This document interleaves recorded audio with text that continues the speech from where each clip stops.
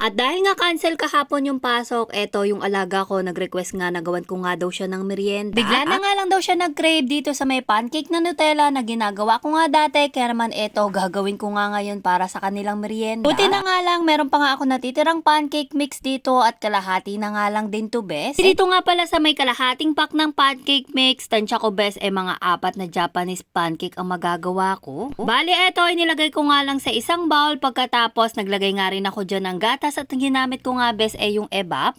Bali pa unti-unti nga lang yung paglalagay ko dito bes para hindi masyadong malabnaw at hindi rin masyadong malapot. Kumbaga tansyahan na nga lang bes. Alin yung ganito na nga yung consistency ng pancake mix, naglagay na nga ako ng isang pirasong itlog at ayan hinalo-halo ko nga lang bes. Bali yun lang naman yung nilagay ko sa pancake mix, gatas, tapos itong itlog. Hindi na rin ako dito naglagay pa ng asukal kasi nga bes lalagyan ko tumamaya ng Nutella. Alam nyo naman bes kapag ka chocolate syempre napakatamis nga nun, kaya hindi na ako naglagay ng kahit ano pang pampatamis dito sa may pancake mix. Dahil nga Japanese pancake ang nire-request ng aking alaga, inilabas ko na nga tong aking pan na merong 2 moldan. Ali eto, pinainit ko nga lang siya sa mahinang apoy, pagkatapos naglagay ng butter at ayan, unti-unti na ako naglagay dito ng pancake mix at uulitin ko mahinang apoy lang para hindi masunog. Bali ganitong Nutella na nga pala nabili ko dun sa may Chocolate Factory, 1 kilo na nga siya bes, tapos wala pang 500 ang pagkabili namin dito. Yung 1 kilo nga na to bes ay nako matagal-tagal na nga gagamitin ni Natnat, lalo na nga sa mga pambaon-baon. Tapos eto, nung medyo nagbabubbles na nga yung pancake natin, nilagay ko na nga yung Nutella dun sa pinakagitna. Hindi ko na nga siya ikinalat bes at sa gitna ko nga lang siya inilagay kasi mamaya kapag ka nagmelt naman siya na tuluyan ay kakalat din yan. Bali ayan, bago ko nga siya ipinlip, medyo nagbabubbles-bubbles na nga siya kaya ibinaligtad ko na nga din bes. Dati nga sabi ko sa inyo bes, walang palya, puro pancake ang pinapabaon ko kay Natnat. Hindi nga nagkakakain ng kanin at puro ganito nga lang bes ang kinakain kaya ayun yung katawan medyo payat nga. Tapos nung umuwi nga kami ng probinsya ay nako sabi ko sa inyo nakalimutan na nga yung pancake at puro kanin na nga ang kinakain. Mapaumaga, tanghalian, merienda, hapunan ay nako kanin is life. Tapos makalipas nga ilang minuto, bali eto na nga pala yung Japanese pancake natin at grabe sabi ko sa inyo bes masarap to. Try nyo nang gawin sa inyo, panigurado magugustuhan to ng mga chikiting nyo. Wala kayong Nutella bes, ako na nagsasabi kahit Milo pwede nyo ilagay dito or kahit anong chocolate na nabibili sa itindahan pwede nyo ipalaman dito. Bali ayan, naka-4 nga pala ako nagawa at medyo malalaki din yan bes. Tapos eto naman sa usawan kumuha nga lang ako ng konting honey at ganito nga pala siya sa loob. Diba itsura pa lang bes ay nako sabi ko sa inyo papatok na nga to sa mga chikiting nyo, lalo na nga kung merienda or kahit hindi merienda pambaon sa eskwelahan ay pasok na pasok. Kahit nga hindi sa mga chikiting sa katulad nating nanay, grabe masarap din to ka-partner ng ng kape-kape bes. Siya, yun na naman bes ang gusto ko sa inyo i-share ngayong araw. Bye-bye!